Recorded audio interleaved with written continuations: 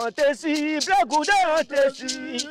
On te suit, Blé Goudé, on te suit. On te suit, Blé Goudé, on te suit. On a des toits, les Ivoiriens, ils sont des toits.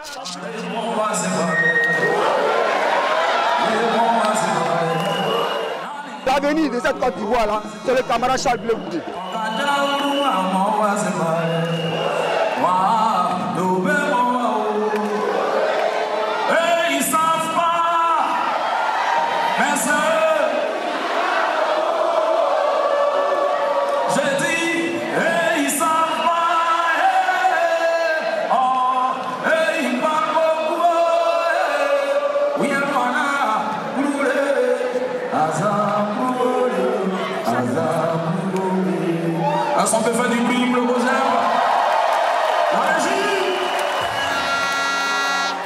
Président, ce peuple-là croit en toi.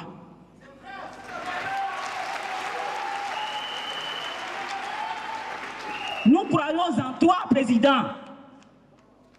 Tu es aujourd'hui l'espoir de tout un peuple. Nous, femmes, jeunes, nouveaux majeurs, sympathisants, nous te demandons d'être notre candidat aux élections présidentielles 2025. Ça a été je ne connaissais pas. Je ne t'avais jamais rencontré, je n'avais jamais échangé avec toi. Mais quand tu es rentré dans mon bureau, tu as dit deux mots. Tu as dit « cher aîné ». Et je t'ai répondu par deux mots, « cher cadet ». Toutes les portes nous sont ouvertes. Dans un même pays démocratique, il n'y a pas de CI. Pourquoi il n'y en a pas aux États-Unis? Pourquoi il n'y en a pas en France? Pourquoi il n'y en a que dans les pays du tiers-monde? Ça ne mérite pas.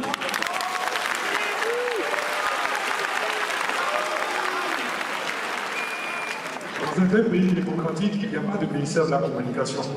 Ça n'existe ni en Angleterre ni aux États-Unis, où la presse est vraiment libre. Dès lors qu'il y a un ministère de la communication, de l'information, appelez-le comme vous voulez, c'est que la presse n'est pas libre. Nous venons de très loin, vous le savez. Et ensemble, soudés, nous irons très loin. Vous étiez orphelins, pourchassés. Parce qu'on m'avait amené là où on va et on ne vient jamais. Là où, à côté de moi, l'ancien président libérien, Charles Taylor, avait été condamné à 50 ans ferme. Et vous le saviez. Là où, à côté de moi, Bosco Ntaganda, de la RDC, avait été condamné à 30 ans. Là où, à côté de moi, Ngwen Dominique avait été condamné à 25 ans. Là où, à côté de moi, Praliak, un Yougoslave, au moment de prononcer de son verdict, ne pouvant pas supporter cela, a bu un poison et mort en direct à la CPI. C'est de là que je viens.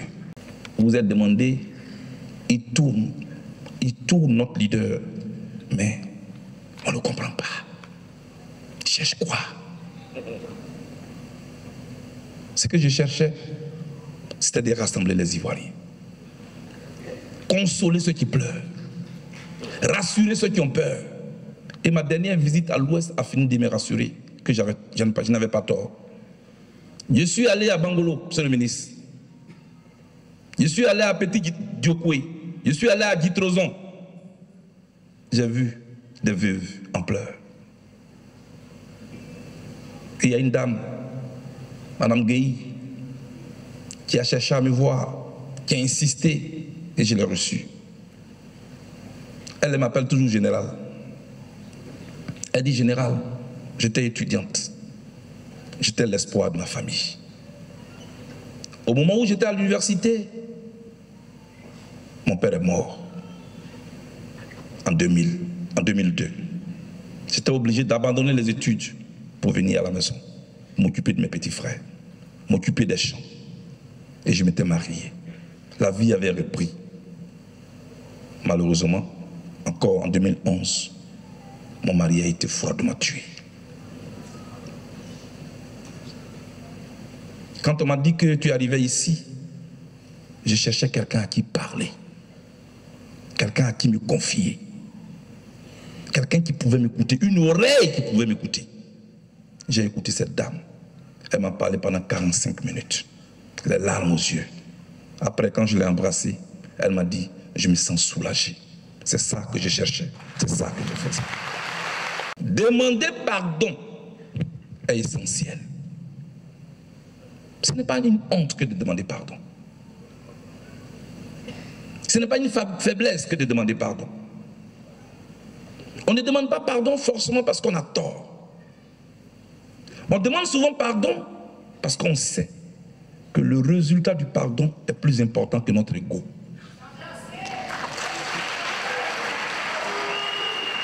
Je le répète, on demande souvent pardon à l'issue d'une crise, pas parce qu'on a forcément tort, mais parce que le résultat du pardon semble plus important que notre ego. L'histoire nous le démontre.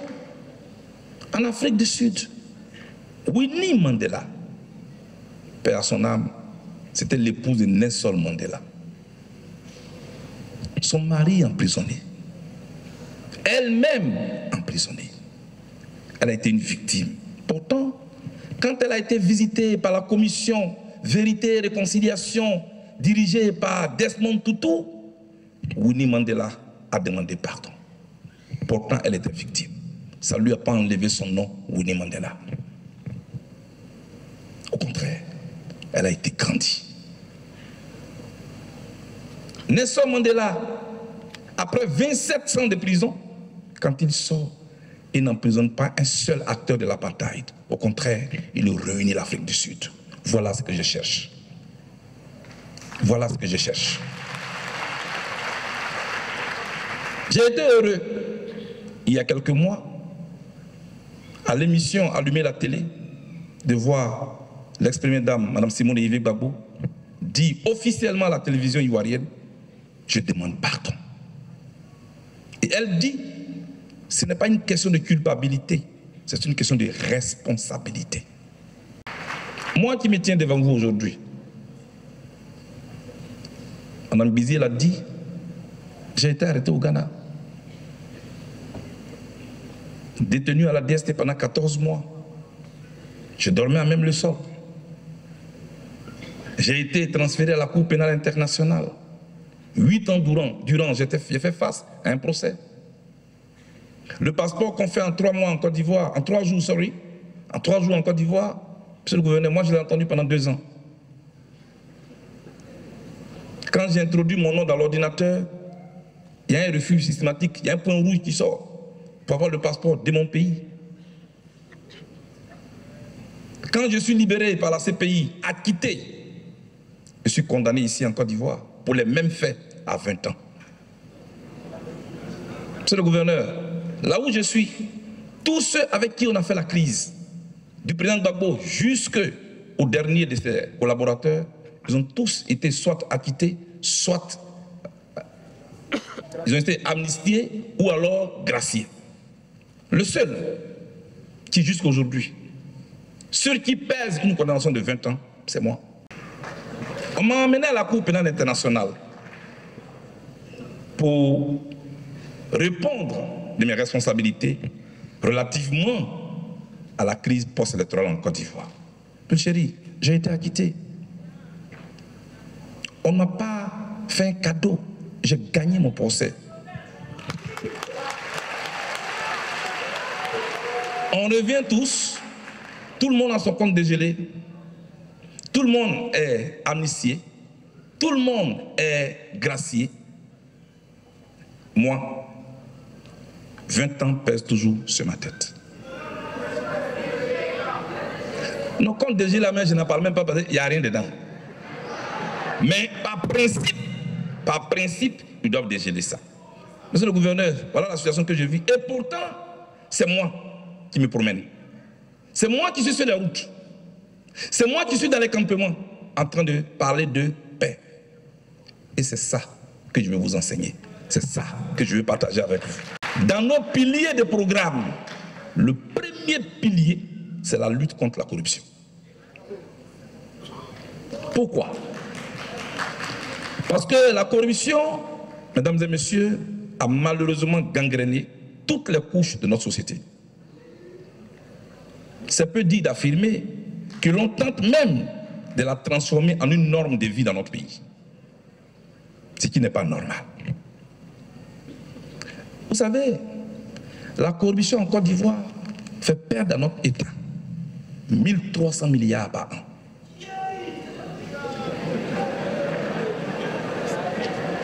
La corruption en Côte d'Ivoire fait perdre à notre État 1300 milliards par an, ce qui représente 4% de notre PIB. Après la corruption vient un pilier important, l'éducation. Je parlerai d'éducation, de formation et d'emploi. C'est par l'éducation que l'Inde est arrivée à ce niveau. C'est par l'éducation que le Brésil est arrivé à ce niveau. Je m'en vais à Dubaï. Je m'en vais à Dubaï. Toi, tu sais qui a construit Dubaï?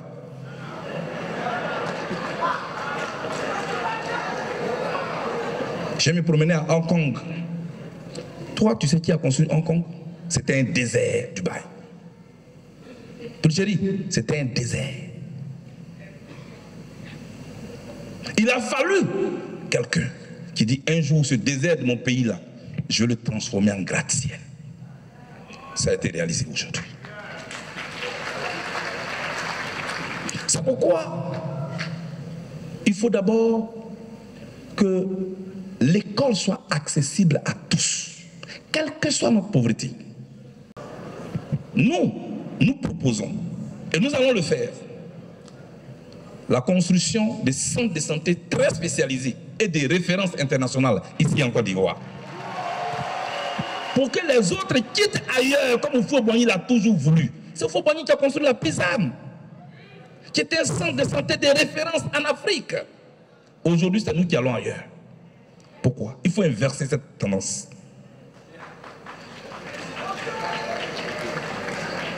De sorte que nos autorités, sachant qu'elles vont se soigner ici avec nous ensemble, seront obligées de s'occuper de nos centres de santé. Je vais aborder ce qui vous intéresse le plus aussi, l'agriculture. L'agriculture. Comment? Parce qu'il y a une guerre en Ukraine, la banane devient chère en Côte d'Ivoire. Est-ce que c'est normal? Parce qu'il y a une guerre en Ukraine, le riz devient cher en Côte d'Ivoire. Et pourtant, la Côte d'Ivoire a près de 475 000 hectares irrigables de terre. La Côte d'Ivoire, 475 000 hectares de terre irrigables. Ce qui veut dire qu'on a l'espace pour cultiver. On a un climat qui est propice à la culture. On a une terre riche. On a une pluviométrie enviable. Ce qui manque, c'est la vision et la volonté politique. Nous consommons 2 600 000 de tonnes de riz par an. Maintenant, on produit 1 300 000. Les 1 300 000 sont importés. Pour moi, il faut arriver à ce que j'appelle la souveraineté alimentaire. Parce que la souveraineté, ce n'est pas seulement dans le micro. Est-ce que tu contrôles ce qui est dans ton assiette d'abord? C'est pourquoi nous allons encourager à ce que l'agriculture soit mécanisée en Côte d'Ivoire. Mais aussi mettre en place un plan d'urgence pour la souveraineté alimentaire que j'ai appelé le PUSA, le plan d'urgence pour la souveraineté alimentaire, pour financer la culture de riz, la culture de tomates, la culture de aubergines, ainsi de suite. Chers amis, nous sommes tous ici. On a été souvent menacés par des gens. Oui, si tu ne fais pas attention, je vais te mettre en prison. Je vais t'arrêter. Il y en a même qui disent, je t'entends à l'aéroport d'Abidjan. Tellement ils sont sûrs de qui ils connaissent. C'est-à-dire on te menace en direct. Parce qu'il connaît un ministre, ou elle connaît un ministre, ou elle connaît quelqu'un. Elle te dit, je vais t'arrêter à l'aéroport. Et puis ça arrive. Ce n'est pas normal. Il faut mettre en place une justice qui rassure. Pour que le pauvre et le riche, le fort et le faible, le dirigeant qui est au pouvoir et l'opposant soient tous des justiciables égaux devant la loi.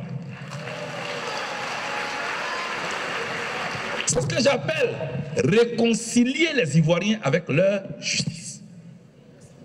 Celui qui connaît quelqu'un et celui qui ne connaît personne, quand ils se retrouvent devant la loi, ils sont égaux.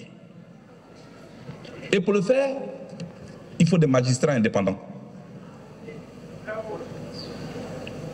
C'est pourquoi il faut passer d'une simple autorité judiciaire à un pouvoir judiciaire, détaché de l'exécutif, pour ne pas que les peines soient dictées. Voilà ce que je vais faire. Voilà ce qu'ils envisagent. Libérer les magistrats afin qu'ils appliquent la loi. Chers amis, nous en venons à la sécurité et à la défense. C'est le 6e pilier de mon projet. Il faut donner à la Côte d'Ivoire une armée républicaine. Tenir notre armée loin des chapelles politiques. Un militaire n'a pas le droit de sortir d'une caserne pour aller à l'appel d'un homme politique. Il faut réconcilier l'armée avec la nation. Parlant de la démocratie, cher ami Boga, vous voyez, on envie les autres pays. Mais parce qu'ils n'ont plus le temps de se construire. Il faut bâtir un véritable état de droit. Si je suis président, aucun responsable politique ne sera mis en prison pour ses opinions. Je l'aiderai même à les exprimer, pour que je les connaisse, pour que je puisse en tenir compte. Je ne vais pas m'entourer de laudateurs qui vont me dire tous les jours que je suis beau. En ce qui concerne la cherté de la vie, je vais parler de l'actualité. Les factures de courant. Voilà mon médecin qui est assis là. Il est venu me voir avant-hier avec ses 2 factures. L'avant-dernière facture qu'il a reçue, c'était 59 000 francs CFA. Celle qu'on lui a donnée avant-hier, c'est 135 000 francs.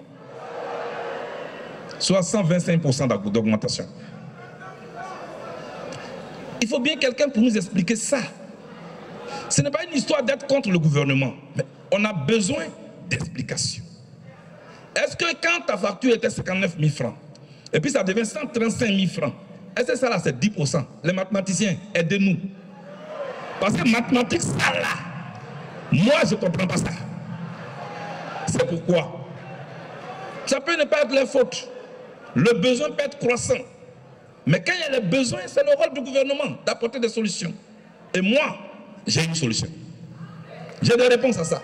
Chers amis, au niveau des concours de la fonction publique,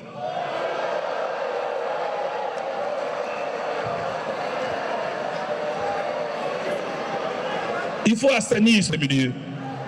D'abord, il faut réduire le coût. C'est-à-dire ce qu'on doit payer pour être candidat. Parce que celui qui veut être candidat, c'est parce qu'il n'a rien. Donc, je vais réduire le coût des concours, d'abord. Il faut le réduire. En plus, pour ne pas être obligé, pour tel concours, certificat de nationalité, tu passes ici, extrait de naissance, tu passes là-bas, casier judiciaire. Pour moi, il faut créer un guichet unique. Il faut créer un guichet unique pour ne pas appauvrir celui qui est déjà trop pauvre pour un concours, qui n'est même pas sûr d'avoir d'ailleurs. Voilà ce que nous comptons faire à ce niveau-là. Chers amis, pour que les jeunes aient leur travail, on ne va pas leur distribuer de l'argent. Il faut mettre en place un fonds de soutien aux initiatives privées. Et puis, vient maintenant l'Afrique elle-même. Je pense qu'il faut renforcer et donner un contenu à l'intégration africaine. Matomba l'a dit, nous sommes un même peuple. Il faut supprimer les visas entre les pays africains. Et puis il faut créer un vaste marché africain.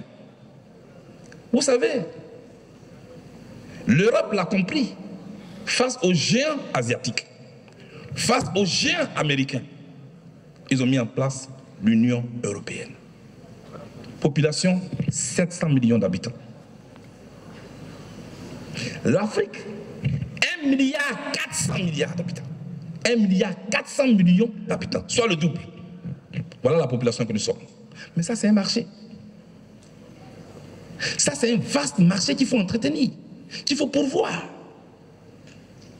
Les échanges sud-sud, on peut le réussir. J'ai entendu ce que vous avez dit. J'ai compris ce que vous avez dit. J'ai entendu votre message. La seule chose que je peux vous dire ce soir, après tout ce que je viens de dégrainer ce soir, je suis prêt pour gouverner la Côte d'Ivoire.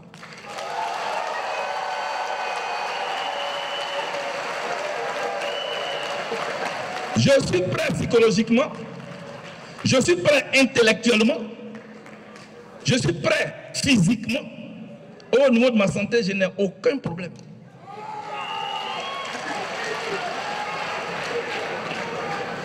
J'ai eu 12 ans pour réfléchir sur la Côte d'Ivoire, seul, dans une cellule. Mon projet est prêt. Mais je ne vais pas mettre la charrue avant les bœufs. Je ne vais pas déclarer ici, sur ce plateau, oui, je suis candidat. Mais il ne s'agit pas même de l'individu Blé Goudé. Ça aussi, je voulais faire la précision. Le ministre-gouverneur a parlé de génération. C'est une équipe qui porte un projet. C'est une équipe qui porte un projet. Et nous allons gagner ensemble. Et ne vous trompez pas, notre génération, nous allons nous retrouver rapidement. Et dans les mois à venir, vous allez voir notre équipe. On a écouté le président du COJEP, mais qu'est-ce qu'il a mis le doigt là où il fallait? Et on fait tout de suite la différence entre les anciens partis politiques, les anciens dirigeants et la nouvelle classe. C'est une vision de jeunes. La corruption, là, pour lutter contre elle, il faut quoi? Il faut avoir du courage. Et puis il faut créer des emplois à toute cette jeunesse. Ça, ce n'est pas leur souci. Leur souci, c'est comment devenir riche. Charles Blé Goudé a dit des choses merveilleuses. Et en tant que citoyen ivoirien, j'en suis fier. Si tous les partis politiques pouvaient penser ainsi, mon pays serait évolué. Je n'ai qu'à l'encourager et lui dire bon vent. Et je le soutiendrai tant que ce sera bon. Et si vous l'avez bien écouté, il a été très clair. Il a dit qu'il n'annonce pas sa candidature parce qu'il attend de voir que les autres se prononcent. Mais surtout, ce qu'il faut noter, c'est qu'il n'est pas idiot. Il est condamné à 20 ans. Avant de dire je suis candidat, il faut d'abord être sûr que tu as les leviers pour lever ton verrou. Et je pense que c'est très sage. Et moi, j'aime cette stratégie. Je sais qu'avant 2025, M. Charles Blé Goudé sera amnistié et il sera libre de compétir comme tout autre. On peut retenir que les choses, les lignes commencent à bouger. Et c'est ce que nous espérions. Parce que nous trouvons que nous, en tant que société civile, nous sommes les seuls à décrier les maux de la société. Et cela fait que les incultes nous attribuent l'opposition. Donc que l'opposition se réveille, c'est vraiment un espoir, surtout que 2025 approche. C'était l'occasion pour nous de savoir que la Côte d'Ivoire peut être gouvernée autrement. La Côte d'Ivoire, qui est un pays riche, n'a pas besoin d'hommes riches pour la gouverner. Et que tous les enfants de ce pays peuvent aspirer à un bonheur certain. Qui député, qui maire. Ce soir, on nous a enseigné sur le fait que la Côte d'Ivoire n'a pas besoin d'hommes forts, mais plutôt d'institutions fortes. On n'a pas besoin, on est seul, on est député, on est maire, on est sénateur, c'est vraiment, on vient de l'apprendre. C'est un enseignement qu'on apporte au peuple de Côte d'Ivoire. Et la Côte d'Ivoire a besoin de Charles Blé Goudé, avec ses idées, avec les hommes qui sont autour de lui pour les appliquer. Ce soir, on a été édifiés. Nous partons dans nos régions, nous partons dans nos départements, rassasiés des enseignements de Charles Blé Goudé et donc du COJEP. Merci. Que Dieu vous bénisse. Je vais vous attendre, que Dieu vous bénisse. Que Dieu vous bénisse. Que Dieu vous bénisse. Que Dieu vous bénisse. Retournez chez vous en paix.